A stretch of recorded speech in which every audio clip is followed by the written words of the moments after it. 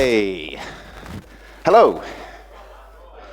Let me get my clock going and then we're officially starting. Excellent. Welcome to the conference. Thank you for coming to this session. It's a privilege to be here. Thank you for inviting me. This talk is called Becoming a Better Programmer, and it's one of the favorite talks that I give. So I hope you enjoy it as much as I enjoy it.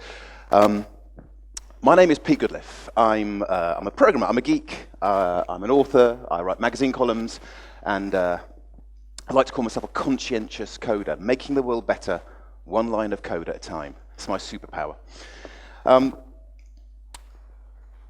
What's important to note is that I don't want to pretend to you guys that I am in any way an expert. I'm very much someone who's learning as much as you guys are. You know, I'm just maybe a few rungs up the ladder of learning. I want to share some things that I have learned, some things that I understand, but I don't want to pretend that I know it all.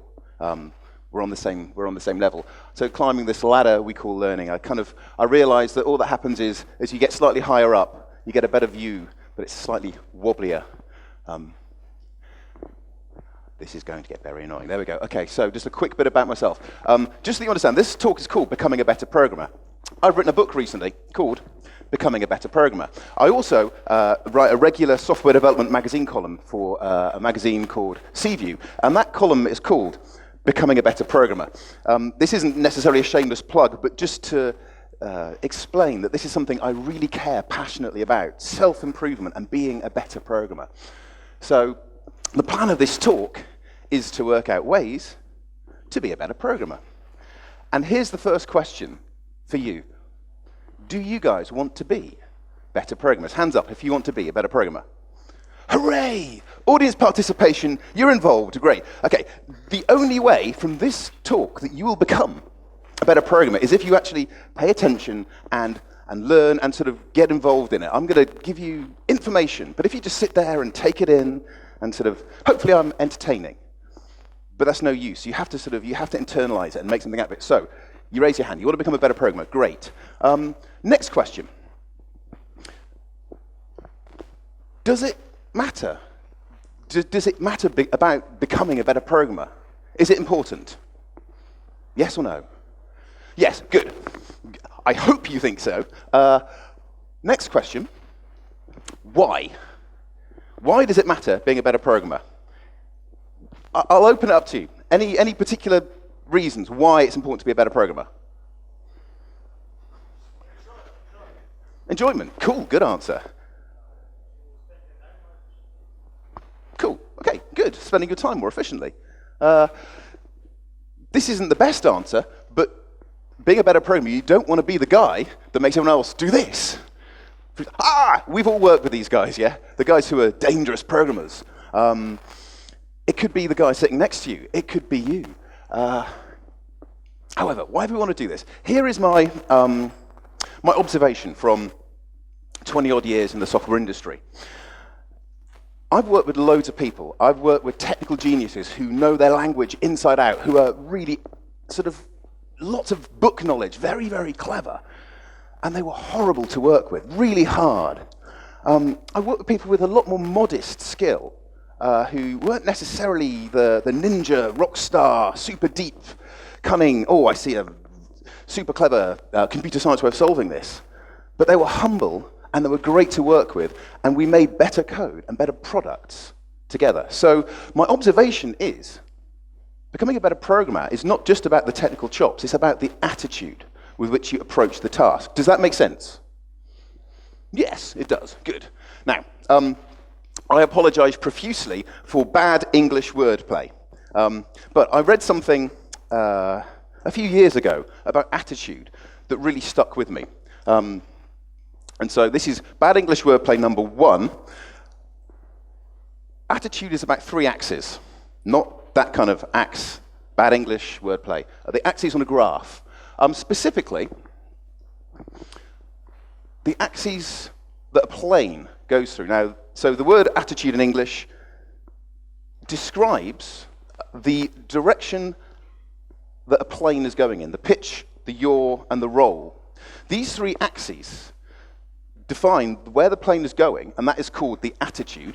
And what's really interesting about that is if you're even fractionally off on your attitude, if you're a pilot, I'm not a pilot, I know people who are, you will completely miss the mark. If you apply a bit of power behind something with a wrong attitude, you will miss the mark. So I kind of find that just really, it's an interesting picture of why attitude makes a difference in how we code. Winston Churchill agrees. Attitude is the little thing that makes a big difference. And I put this up because basically, as a speaker, you can find a quote to prove anything you want to say. Winston Churchill agrees, attitude is important. Cool. And a Scottish playwright, Walter Scott, for success, attitude is equally as important as ability. Everyone agrees. However, Muhammad Ali, very quotable gentleman, to be a great champion, you must believe you're the best. If you're not, pretend you are. Is that a good attitude? I think possibly not. There's so many people who think they're good or pretend that they have more skill than they are, and that becomes an excuse for cowboy coding. So, actually having the right attitude is important. So just to cement this, I see sort of what we learn and the areas that we work in, starting from the bottom. So technology is we learn technologies, we learn languages, we learn frameworks, we learn applications, then we learn the idioms, the ways of applying those idiomatically in that language. And then we learn sort of when and how to apply those idioms. But again, I want to highlight on top of that, if you do it with the wrong attitude, you won't be building the right thing. You'll miss the mark. So, attitude is important. This won't be entirely hand-wavy, but there's a lot of hand-waving in this talk. So, let's work out, how do we get better? Do programmers, like a fine wine, mature with age? I'd like to think so, but perhaps it's more like an old cheese. We mature, get slightly smellier, maybe get a few veins. No. So, how do programmers improve? As I just said, we learn technologies, and anyone can do this. Some people are better at learning, and actually we will look at this, at how the ability to learn is really important. So we learn technologies, we learn the idioms, we build the mastery, and then we learn how to apply it all. That's sort of the difference between knowledge and wisdom. This is cool. But again, adjusting our attitudes, working out how to apply the knowledge we've learned in the best possible way. Just to say you can quote anyone, I'll quote myself in my own book. There's more to being a great coder than simple understanding of syntax and mastery of basic design. The awesome programmers, those productive people who craft beautiful code and work effectively with other people know far more. There are the methods of working, attitudes, approaches, idioms, and techniques you learn that improve your effectiveness. So, how do we do that? You stuck your hand up and said you want to improve. So, you're on board. The first attitude that you need to adopt is the desire to improve yourself, to be better as a programmer, not to be a ninja, but to craft the best code. So that's cool. Good. Well done. What we're going to do then for the rest of this talk is look at a few things. First of all, we'll look at some models of knowledge acquisition, how we learn the stuff that we do. This is really important because it actually is really informative for how we work out the right attitude and how we learn. Then we'll look at some areas that you could choose to learn. If there's some time, maybe we'll go into some specific topics. And then we'll wrap up. And rapturous applause. So, these models of knowledge acquisition. I find this fascinating. So here's the first model. It's fatally flawed in every major respect. So, there's some axis, like we had with the axis with the plane, from dangerous liability, coder, to super awesome guru coder at the top. And you, right now, are somewhere on this scale. And in the future, you would like to be somewhere else. You would like to know more about a particular topic, or be more skilled, or be more experienced. So this is a first very rough model of knowledge acquisition. It's utter rubbish. First reason, it's an interesting thing to just consider I want to get better in. A tangent, though. The future you, the more knowledgeable you, it's never necessarily clear exactly what the future holds and exactly what you should learn. Niels Bohr. Prediction is very difficult, especially about the future. Some examples. 1962, the American recording company Decca turn down the Beatles. Fatal flaw. And the reason was, we don't like their sound, and we think guitar music is on the way out. That was a mistake. It was hard to predict the future. 1974, the first English female Prime Minister. In 1974, Margaret Thatcher, before she was Prime Minister, said this: "It'll be years, not in my time, before a woman will be Prime Minister." That just goes to show you can be very, very wrong, and yet very, very successful. Interesting. And then 1977, does anyone know who Ken Olsen was? He was the CEO of Digital Equipment Corporation, DEC, at the time. One of the premier computer manufacturers in the time. And it's a classic quote. He said, "There's no reason anyone would want a computer in their home." Again, it just goes to show that even experts can't predict the future. Technology experts can't predict the future. So, that's a tangent. So here we are. Here's you now. You in the future, and you don't even have a clue what you need to know, really. Why is this model of learning flawed? Because, in the first instance, it's because there is not just one you and one better you. This learning applies across different fields. You know multiple languages, multiple spheres, you know domains, you have domain knowledge. All these different areas, you know a different amount in these different areas. So learning applies per skill. We have to bear that in mind. So that's my first sort of hand-wavy model of knowledge acquisition. Now let's look at something more useful. The 4 levels of an Englishman tends to be glass half empty, so I like to think of this as the 4 levels of incompetence. But it's called the 4 levels of competence. This was posited in the 1940s by a psychologist called Abraham Maslow, and he identified these 4 stages of learning, or stages of competence. Unconscious incompetence. Conscious incompetence, conscious competence, unconscious competence. That's like some kind of terrible tongue twister. You try saying that very fast 30 times and your teeth will fall out or something. So, unconscious incompetence is when you don't realize you don't know something. This is often the default position of programmers. Conscious incompetence is when you now know that you don't know about something. So you've identified there's a skill area and you don't know about it, but you realize you don't know about it. That's actually a really good place to be. You know that you don't know. You know there's something you need to learn about, but you also know that you're not going to just try and master an area. You're not going to, you pick up Ruby for the first time and rather than go, I know everything about this, I can write excellent Ruby code. You just know there's an awful lot you have to learn about. And it informs you to be more careful in how you work. Conscious competence, I've learned enough about it and I know I'm good, but I still have to think. And unconscious competence is when a skill becomes second nature. You know it so well that you don't even have to think to use it. A good sort of way of thinking about this, I think, is driving a car. When I was a child, I sat in the back of the car, and I watched my father drive, and I just thought, that's got to be easy, I can do that. So I would be sat at home with a plate and doing this. I had no understanding that I didn't even know how to drive, yeah? That's unconscious incompetence. I just presumed it was a thing I could do. And then I started taking driving lessons.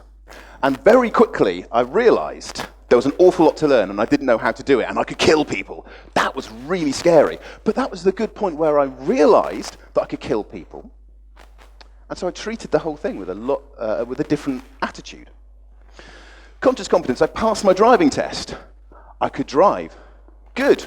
I could not kill people. Good. I still had to concentrate very hard when I'm doing it.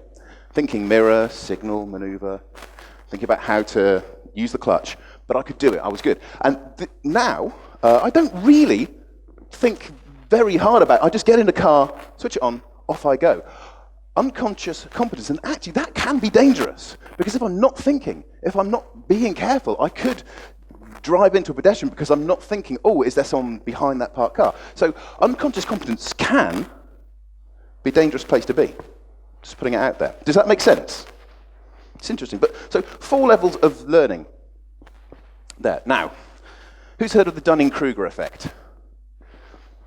A few of you, okay. Well, I'm an expert in it. That's a bad joke. About 3 people have got that.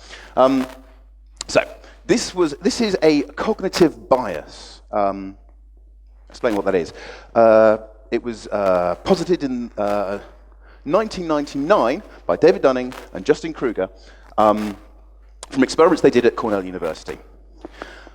The observation, the Dunning-Kruger effect, unskilled people don't realize that they are unskilled. Very skilled people tend to underappreciate how clever they are or how much they know about a skill. It ties in with the 4 levels of competence we were talking about before. So this is part of the paper that they wrote. The miscalibration of the incompetent stems from an error about the self. If I think I'm better than I am, that's sort of an internalized, I have a bad understanding of myself. Whereas the miscalibration of the highly competent, the people who are actually very skilled, stems from an error about other people, where actually I think other people know more than me. It's just an interesting observation. So real knowledge is not the extent of one's ignorance, Confucius. Again, it's just interesting to hold that in your mind. Are you potentially unskilled, but you don't realize it? Just think about it. I'm not saying you are. Maybe.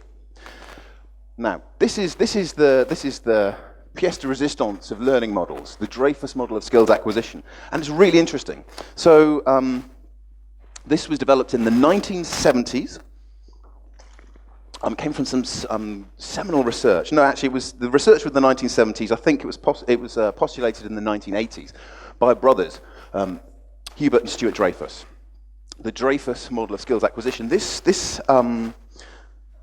was after researching a whole field of highly skilled practitioners. So I think it was things like airline pilots, chess grandmasters, proper intellectual pursuits, and they observed that there were 5 stages of learning that sort of seemed consistent through all these areas of high skill. And each of those levels, it changed how you sort of perceive the world, the mental model you build up of a skill, and also how you learn and how you solve problems. And that's why this is really interesting. So there were these 5 levels, sort of from chimp to concert pianist, I think. And they are novice, advanced beginner, competent, proficient, and expert. It's really interesting, so listen up to this. The novice, again, this is sort of mirrors those 4 stages of incompetence. This is about programming, don't forget, although this is all about learning, but this is how we learn a skill, a programming skill. So you're a novice.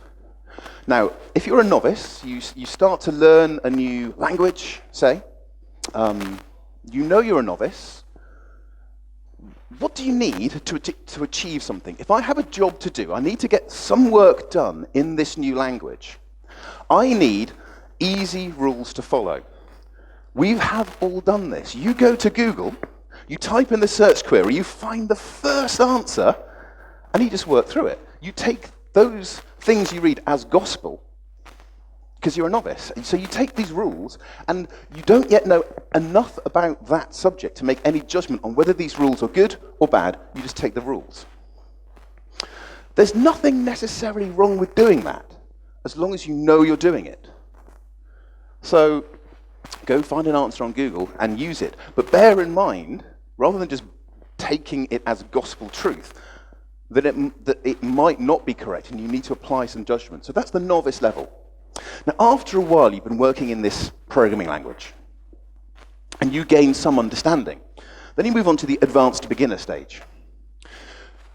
The advanced beginner can begin to break away from those rules. So maybe you'll do your Google search for something, and you look at some of those rules and think, oh, that's a bit silly. I could do it here slightly better.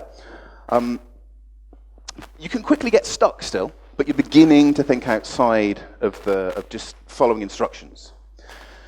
Specifically, an advanced beginner begins to know how to find answers better. So maybe your Google search is better. You can find the information more quickly. But you still can't filter the information necessarily. Now, after enough time being an advanced beginner at this language, you become competent. Now that actually is probably a great place to be, and where in most of these skills, remembering this is per skill, yeah? When you get to competency, you're in a very good place. You have a good mental model of the subject area, so you know all the ins and outs of the language, all the different idioms, the complexities, and the best way of doing things. You can plan routes in to solve problems using that language. And yeah, you can be given unknown problems, and you can really craft reasonable solutions. Competency is a great place to be. You see, each of these stages so far, you needed to learn in different ways. When you were a novice, you just wanted rules, and you learned from following those rules. As you were an advanced beginner, you kind of learned from making the mistakes of applying some rules. By now, as a competent person, you know enough about the subject area that you're now learning in a different way. You're beginning to tie it into other skills. Now, after the competent people, the competent level is proficient. This is where you really rise above competency. And in many skills, we may just stick at competent, but then as you get proficient, you can correct previous errors you may have made weeks or months ago. You begin to realize not only this is how you do it, but previously I did this, and actually I'm going to readjust it and fix it up somehow. You learn better from other people, and you can begin to sort of interpret maxims, the rules, the idioms of a subject area. And you have a sort of a tacit knowledge. You have knowledge that isn't written down in book form, but it's internalized. You know, that kind of information that if somebody leaves a team, they can't write down as these are facts, but it's just part of the tribal knowledge. You pick this kind of stuff up. And then at the very top of the pile are the experts. And in many skill areas, there are very few experts. And these are the guys that are the authorities on a subject. And they understand how, say, this language interlinks with other languages, or when, just have that overarching understanding of everything.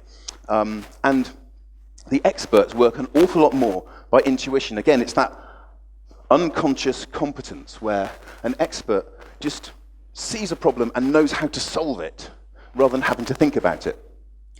So, as I say, these 5 levels of learning are fascinating for a few reasons. One, it really helps you think about how you need to learn in a particular skill area right now. There's nothing wrong with being a novice. If you identify, I am a novice and I need to do something, and this is the right way, I need some rules, that's fine. What's more interesting, actually, is how the Dreyfus model can help us to work better as a team. For example, if you are evil, you can get a novice and an expert to pair a program together. It's hilarious because the novice won't be able to cope, or won't be able to understand how the expert just sees the solution. And the expert will be very, very frustrated that the novice just doesn't understand it. Do it, it's hilarious. Again, remembering, these models apply per skill. So per language, per technology, per idiom. Okay. Another quick model of learning, and I think this is great. Who here has read The Pragmatic Programmer? Cool, great. So there's a beautiful metaphor in this book, the knowledge portfolio. They talk of your understanding, your mastery, your brain power as a investment portfolio. I gave this talk at a bank, and I felt very inadequate trying to explain an investment portfolio to people in the bank, but hopefully none of you are bankers. They describe it as a portfolio of investments, and you have a finite brain space, and you choose to invest your time in a number of different technologies. And you need to manage your portfolio intentionally.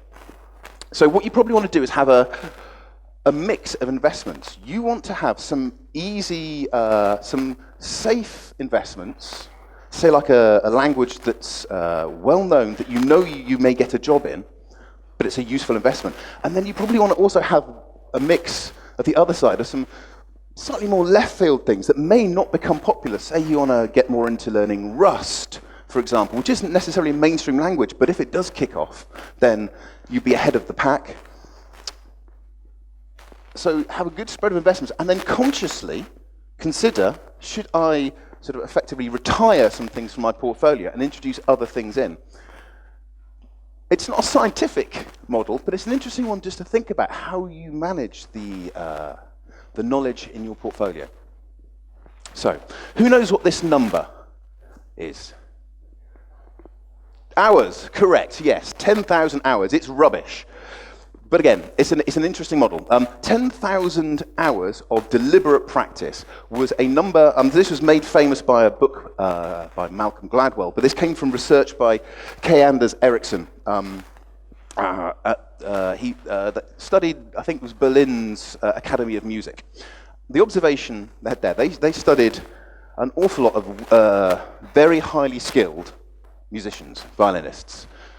The world-class soloists had, on average, invested 10,000 hours of deliberate practice, where deliberate practice isn't just doing it, it's very focused, specific learning time. To become these experts, they'd invested at 10,000 hours. The guys who'd invested sort of 8,000 hours were very proficient, but they weren't the world-class guys. And the 4,000 hour sort of level of deliberate practice investment, I think they said they were sort of the level of music teachers, which seems slightly rude to me. I don't think my music teacher would have necessarily liked being told that they were adequate. But the idea being you have to invest so much time to become an actual expert. And it's not really attainable for many people. So there's nothing wrong with not being an expert. So shove that in your Learn C++ in 24 hours pipe and smoke it. There is no quick fix. There's no easy way to learn. You have to invest time. And as long as we know that, that's good. 10,000 hours is 10 years of 3 hours of deliberate practice. Deliberate practice is hard, focused stuff. So it's fine. Most of us will never become an expert, and that is good. That's great. They wrote a thing. So, the last model. This is by me, with apologies to Elizabeth Kubler-Ross. Have you heard of the 5 stages of grief? No, okay, no. So, there is the 5 stages of grief, something posited in a book in the late 1960s, I think. And again, it's not a scientific model, but there was an observation that when you go through traumatic experience, there are these 5 stages that don't necessarily come in this order, but tend to. Denial, anger, bargaining, depression, and acceptance. Now, my observation is learning is a lot like grief, in the sense that they're both better when you've got over it. But we go through this model. So, denial. I have a new problem to solve. I don't have the time. I don't have the time to deal with this. I don't need to learn all about this new topic just to solve this problem. No, I'm going to ignore it. This is unconscious incompetence. Oh, damn! I actually do need to learn about this stuff. Oh, and it's really complicated. And oh. Okay, bargaining. I'll just learn as little about this as I possibly can just to get on. Oh my word, this is a really complicated subject. I'll never learn all about this. Ugh. You spend a little while, you spend a little while, you spend a little while, you spend a little while. Oh, it wasn't that bad after all. We kind of go through this cycle as we're learning constantly, sort of going through, it's overwhelming, it's complicated. Oh, I get it, I've achieved the next level, and we go around, and we go around, and we go around. So, those are the 5 or 6 models of learning that we can build the next bit of the talk on. There are plenty of other models of learning. Shuhari is another model, but these are just, the idea here is to understand that at each level of our competence, per skill, per language, per framework, per technology, per idiom, per process, way of working, whatever, we need to learn differently at each stage. So that is cool. It's a useful thing. So should you learn in your career as you're learning to work with other people, as you're learning to code? I shall just throw some ideas out here. Nothing scientific, but you said you wanted to become a better programmer. There are areas you will invest your time and resources looking at. In my book, I split it up into a couple of areas, into these 4 areas. The skills of writing specific lines of code. And remember, maintain your knowledge portfolio. You should be looking to improve in sort of all of these areas intentionally.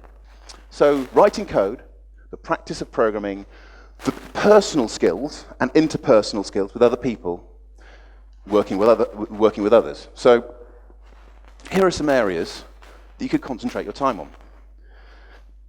So specific areas. Now, I'm just throwing these things out here.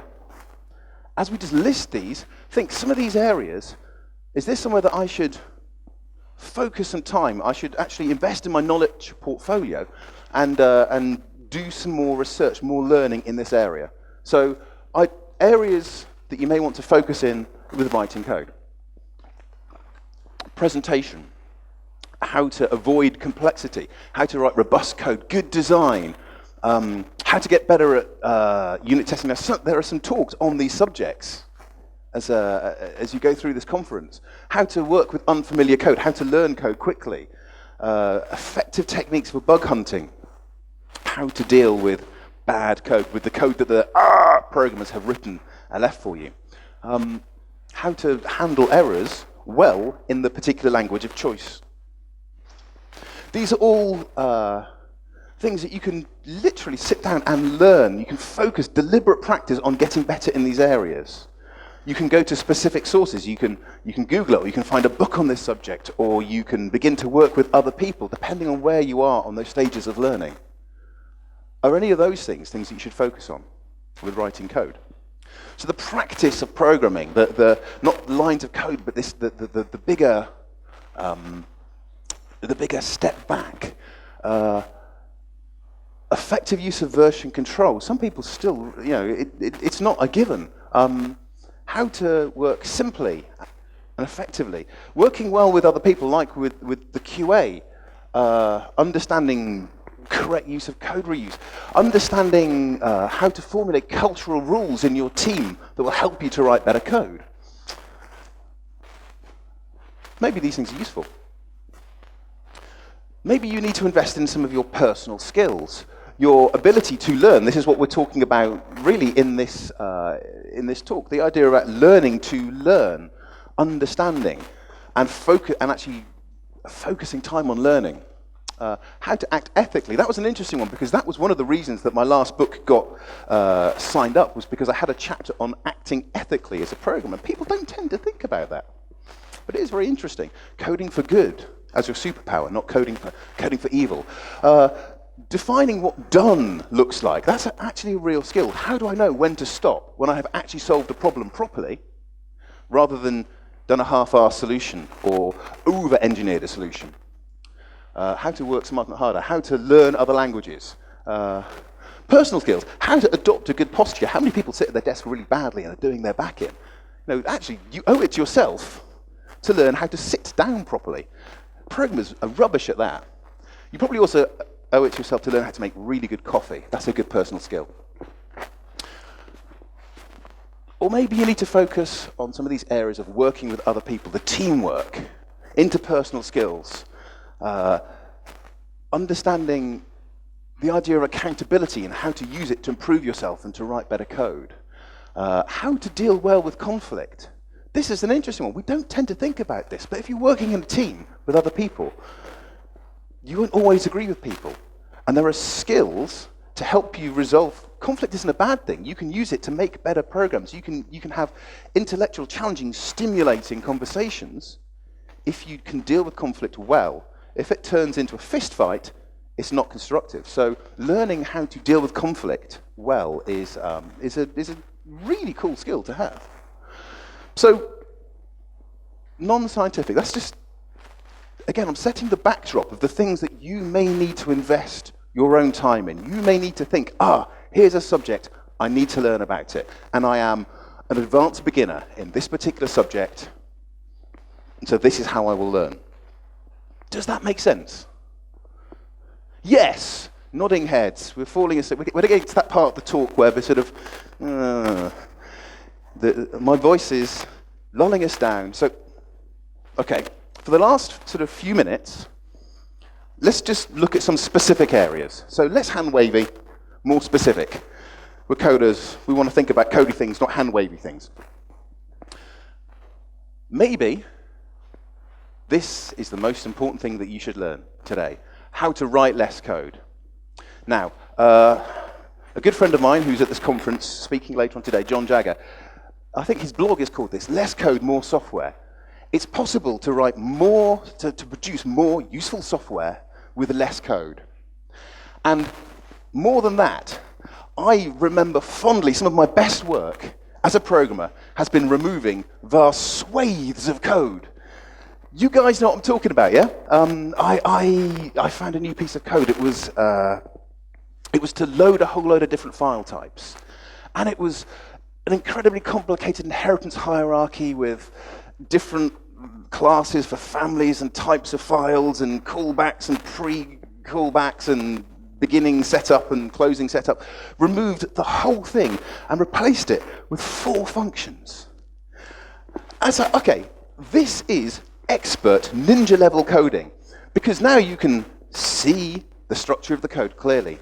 You can see the bugs, they're not hidden, and it's easy to maintain. So the whole idea that writing less code can lead to more software is cool.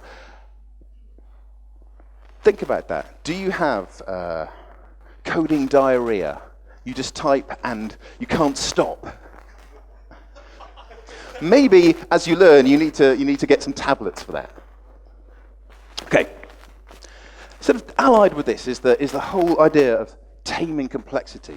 This is something programmers really need to learn about, and this is important because there is such a thing as necessary complexity. Okay, we're writing code because we have a problem to solve.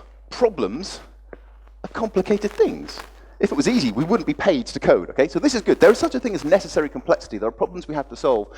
What we tend to do is introduce unnecessary complexity, either by writing too much code or making complicated structures.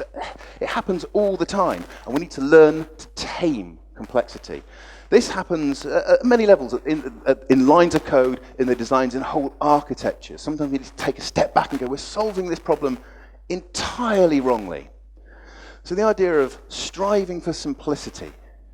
We can learn, we can improve by aiming for the simple, and the difference here is we should aim for simple code, not simplistic code. Simplistic code or simplistic designs don't solve the problem, or they don't take into account future requirements, for example, so you end up with something simplistic that doesn't quite work.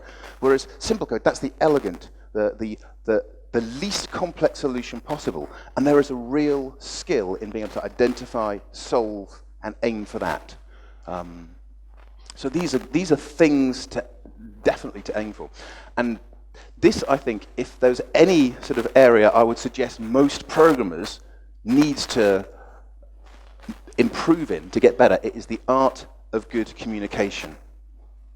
Now, code is communication, right? We're talking to the compiler or to the language interpreter, to the runtime to tell it what to do. So we are communicating with the computer, but we are also communicating with the other programmers we work with. We're saying, this is the recipe, this is what I think we should do, and I need this to be clearly readable by myself. It needs to be understood by the computer and by the other people I'm working with. If it's on an open source project, the whole world will see this code and has to be able to work with it. So code is communication. However, programmers, as a rule, tend to suck at communication. We can't, well, our social skills are rubbish. We're geeks. But we also just don't tend to be able to communicate well in writing or in speech. Communication is an important skill that requires practice, deliberate practice. Think about how you talk to other people, how you communicate without ambiguity, so that you're very, very clear and precise. Communication is a great thing. Understanding how you communicate differently in different mediums, in email, in Skype, on the phone, face-to-face, how you deal with people with respect. The one with us talking about handling conflict as well. All this kind of stuff is built into this. I really suggest, think about, is there areas in your communication as a programmer that you could improve? And how could you improve there? Handling messy code. Jean-Paul Sartre said this, hell is other people's code. Isn't it? You pick up somebody else's code, that example of code that I removed. Just learning to deal with other people's code, that's a real skill. That's a real skill. Maybe that's where you need to concentrate. And I put this one down here because a while ago I did an interview, and one of the questions they asked was, how do you make sure you keep up to date with your skills? How do you avoid stagnation? How do you avoid actually becoming staid and boring as a programmer? Well, this whole idea of wanting to get better and to improve yourself, you want to avoid becoming a coding dinosaur. How do you stoke that passion? Are you learning about, great, you're at this conference, this is excellent. Are you learning about stuff that excites you, that you find interesting, rather than just the stuff to get your job done? So in that knowledge portfolio, are you actually investing in the things that you're excited about, that will keep you stoked and excited about programming? So, as we bring the ship down to land, the conclusion. So, what have I done? I have shown you some models of learning. And I hope you remember those, and you use them to think about how in each of the areas you may want to learn, you can learn. And then I've thrown some ideas at you, literally thrown ideas at you. The main reason for that is to highlight there are so many different areas that you may need to improve. You have a different area that you need to improve in than you do. So if you want to become a better programmer, and you said at the beginning of this talk that you did, hooray! Dr. Zeus. Every talk should have a quote from Dr. Zeus. There's no reason for this quote, but Dr. Zeus is cool. The more that you read, the more things you'll know. The more that you learn, the more places you'll go. The more that you learn, the more places you go. What are you going to learn about now to go to more places? Remembering my observation that truly the best programmers are the guys who have the best, the healthy attitudes, the desire to learn, the passion to learn, the passion for programming. So, Chinese proverb, learning is like rowing upstream. Not to advance is to drop back. So what are you going to do to row upstream, to not drop back? This is my question to you. What are you going to do now to become better? Which of those areas are you going to improve in? Look, this is the very beginning of the first day of this conference. Look over that schedule of talks and choose the talks in those two streams that you're going to go to that will benefit you the most, that will flesh out your knowledge portfolio the most. How are you going to how are you going to become better? What specifically are you going to do to become better? What specifically are you going to do to learn to work better and to write better code? Do you care about this? So what will you do now to improve? And as you look at the streams of things you could go to at this conference right now, you have some choices to make. Some of those talks you'll be a novice at, and you should just go to it because it's something completely new to you that you don't know anything about. And understand as you go into that talk that you are a novice, and the information you need to get will be different from if you were a journeyman. And maybe, because at conferences there is often a tendency as well for experts to go to a talk and to think that they know it all, and then to sit at the back and criticize the speaker. That's really annoying. So if you're an expert, don't go to a talk that you're already an expert in. Go to something potentially that you're a novice in that will, you'll get some new, fresh information. So basically this is, again, my question to you. You said you wanted to get better. We've looked at learning models, and now hopefully you will go away with some specific thoughts, specific areas that you can focus on that will help you improve yourself. So that's it. That's my talk. That's a good book. I suggest you go and buy it. Otherwise, thank you very much for listening. I hope you found this useful.